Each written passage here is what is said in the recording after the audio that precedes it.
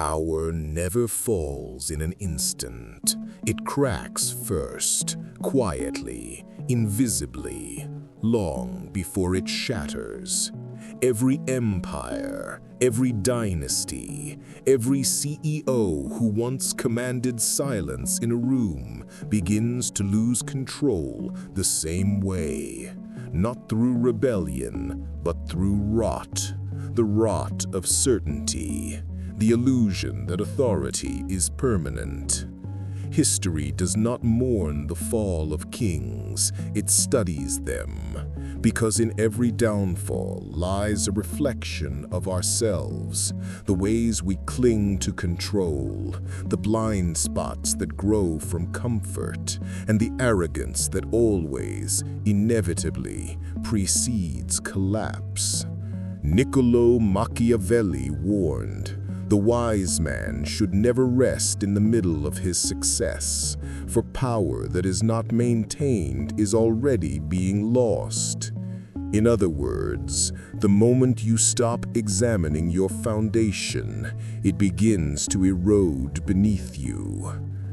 Tonight, we look at what happens when power forgets its nature, when leaders mistake loyalty for love, control for stability, and victory for permanence.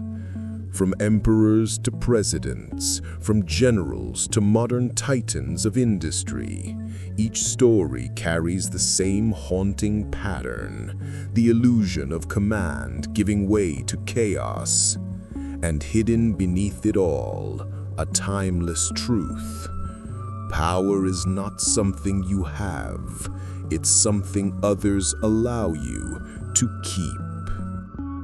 Power rarely dies with noise, it withers in silence. The great irony of authority is that the higher you rise, the further you drift from the truth. Every throne, every corner office, every pedestal comes with an invisible barrier between the ruler and the ruled. What once was feedback turns into flattery. What once was correction turns into praise. And slowly, the powerful man begins to mistake his echo for the voice of reality. This is where decline begins. Not with rebellion, but with self-deception. In The Prince, Machiavelli wrote that a ruler must surround himself not with flatterers, but with honest men. Yet he warned, even the wisest rulers find this nearly impossible. Why? Because power changes the air around you. It intoxicates others, making them fearful to speak truth. And it intoxicates you, making you too proud to hear it. Thus begins the slow suffocation of awareness. Marcus Aurelius understood this trap. Despite being emperor of Rome, the most powerful man on earth, he wrote to himself daily, reminding his soul that he was mortal, fallible, and temporary. He disciplined his mind not to believe the illusion that Rome revolved around him. In his private meditations, he stripped away the luxury, the flattery, the illusion of control. He wrote, "You have power over your mind, not outside events." It was not humility, it was self-preservation. Because the emperor who forgets this truth begins to decay the moment he stops questioning himself. Most rulers are not overthrown by enemies, they are eroded by comfort. The general who once stayed awake at night planning his next move starts to trust the system he built. The CEO who once studied every number starts relying on the reports of his subordinates. The politician who once spoke to the people begins speaking only to donors. Each layer of insulation creates a new layer of blindness, and in that blindness, small cracks form, ignored, denied, hidden behind the appearance of strength. but cracks multiply. They spread silently until one day the structure of power, built over years, collapses in an instant. To the outside world, it looks sudden. To the wise, it was inevitable. Robert Greene calls this the decay of vigilance. He writes, "Power always depends on appearances. When your vigilance slips, your mask cracks, and the illusion begins to fade." This is why kings are betrayed not when they are weak, but when they appear too comfortable. Fear vanishes when subordinates sense that the leader has stopped watching. The same psychology operates in every form of power, be it political, romantic, or social. The man who believes his partner will never leave him stops trying to understand her. The influencer who assumes his audience will always adore him stops refining his craft. The leader who mistakes loyalty for permanence forgets that loyalty is conditional. It must be earned constantly.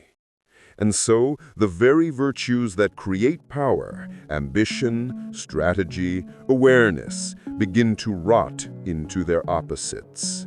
Ambition turns to arrogance. Strategy turns to stubbornness. Awareness turns to denial. This is why the Stoics warned against attachment, not to wealth or pleasure, but to identity.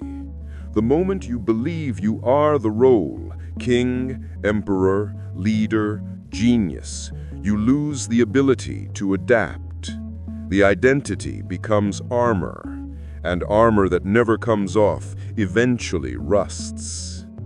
The anatomy of decline, then, is not a mystery. It's a natural law. Power isolates. Isolation breeds delusion. Delusion invites collapse. Every empire, every leader, every person who commands others is walking that same narrow bridge between awareness and arrogance. Those who maintain power the longest are not the strongest, but the most self-aware. They study their own weaknesses before others can exploit them. They see through their own myth before it consumes them. And they never forget what the wise have always known. The moment you believe you cannot lose control, you already have. Case Study 1. The Fall of Marie Antoinette. She was born into luxury, groomed for grace, and raised to believe the world adored her. Marie Antoinette, Queen of France, a woman remembered not for her beauty or her intellect, but for a single sentence she may have never uttered. Let them eat cake. Yet those 4 words, real or not, symbolize something far more dangerous: the blindness of the powerful to the suffering beneath them. When Marie arrived in France, she was only 14, a child in a palace of predators. The French court at Versailles was a glittering labyrinth of etiquette, gossip, and manipulation. Every bow, every glance, every word carried political weight, and Marie, young, naive, and dazzling, became the perfect object of obsession. To the nobles, she was a symbol of alliance between Austria and France. To the people, she was an exotic princess. To herself, she was trapped in a performance she didn't understand. Her power was ornamental, like the crown she wore, heavy and hollow. And as she grew older, that power became her prison. When King Louis XVI ascended to the throne, he was indecisive and passive, a ruler overwhelmed by his own duties. So the eyes of the court turned to the queen. They watched her for weakness, for indulgence, for scandal, and she gave them all 3. She threw lavish parties while the country starved. She wore diamonds worth more than a farmer's lifetime. She built a miniature village at Versailles where she and her ladies could play peasants, milking porcelain cows and baking pretend bread.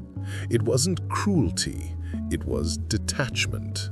The isolation of the powerful breeds a form of ignorance that looks like arrogance to those below. Marie Antoinette did not hate her people, she simply didn't know them. Like many rulers before her, she mistook the silence of the crowd for contentment. She saw no rebellion brewing because the court around her was too invested in comfort to tell her the truth. Her advisors filtered the news, her friends fed her flattery, and the people who once adored her beauty began to turn that fascination into hatred. As the revolution stirred, pamphlets and whispers painted her as a serpent, a foreign manipulator, bleeding France dry. Rumors said she was sleeping with ministers, stealing from the treasury, conspiring with enemies. None of it mattered if it was true. What mattered was perception. And in power, perception is reality. When the Bastille fell, it was not just a prison that collapsed, it was the illusion of control. The monarchy had lost its psychological grip on the people. The fear that once protected the throne was gone, replaced by rage. When fear dissolves, so does obedience. Marie Antoinette's final years were marked by disbelief. She could not understand why the people she ruled despised her. She believed her intentions were pure, that she was misunderstood. But intent is irrelevant when perception has already turned against you. A leader's fall is never about what they meant. It's about what others believe they meant. On the day of her execution, she was 37. Once draped in silk, she now wore a plain white dress. Her powdered hair, once the envy of Europe, had turned gray in prison. As she mounted the guillotine, she accidentally stepped on the executioner's foot and whispered, "Pardon me, sir, I didn't mean to." Even in death, she was polite, dignified, tragic, and unaware of how completely she had lost control. Her story is a lesson carved in history. Power insulated by luxury decays from within. The palace becomes an echo chamber where truth cannot enter, and the ruler becomes the last to know their reign has already ended. What destroyed Marie Antoinette was not malice, it was blindness. The same blindness that infects every ruler who mistakes beauty for virtue, charm for influence, and obedience for loyalty. The people she entertained became the mob that condemned her. The applause that once crowned her became the roar that silenced her. Power, when detached from awareness, always turns inward until the ruler becomes the architect of their own downfall. And so, Marie Antoinette's tragedy was not that she was hated, it was that she never realized why. Case Study 2: The Collapse of Louis XVI. Centuries later, France would reenact the same tragedy in a different costume. King Louis XVI was not cruel, he was not mad, he was simply disconnected. While his people starved, he debated locks and clocks. He lived in a world of ceremony, while the world outside decayed. The court whispered comfort. His wife, Marie Antoinette, distracted the nation with opulence. And by the time the murmurs turned to riots, the crown's legitimacy had already evaporated. Authority, once questioned, never fully recovers. Because power exists not in law, but in perception. The people of France no longer believed their king could protect them, so they replaced him with fear. The guillotine became the new throne. Machiavelli would have seen this coming. He wrote, "When the people are discontent, it is not arms that protect you, but reputation." Louis lost both, and once trust collapses, power cannot be restored by decree. It must be rebuilt through fear or reform. He chose neither. His tragedy was not tyranny, but timidity. Even today, you can see echoes of Versailles in governments and corporations that lose touch with their foundations. The boardroom where dissent is punished. The political office where press conferences replace policy. The social elite insulated from consequence. Power dies not when it is challenged, but when it refuses to hear truth. Case Study 3. The Fall of the Soviet Union.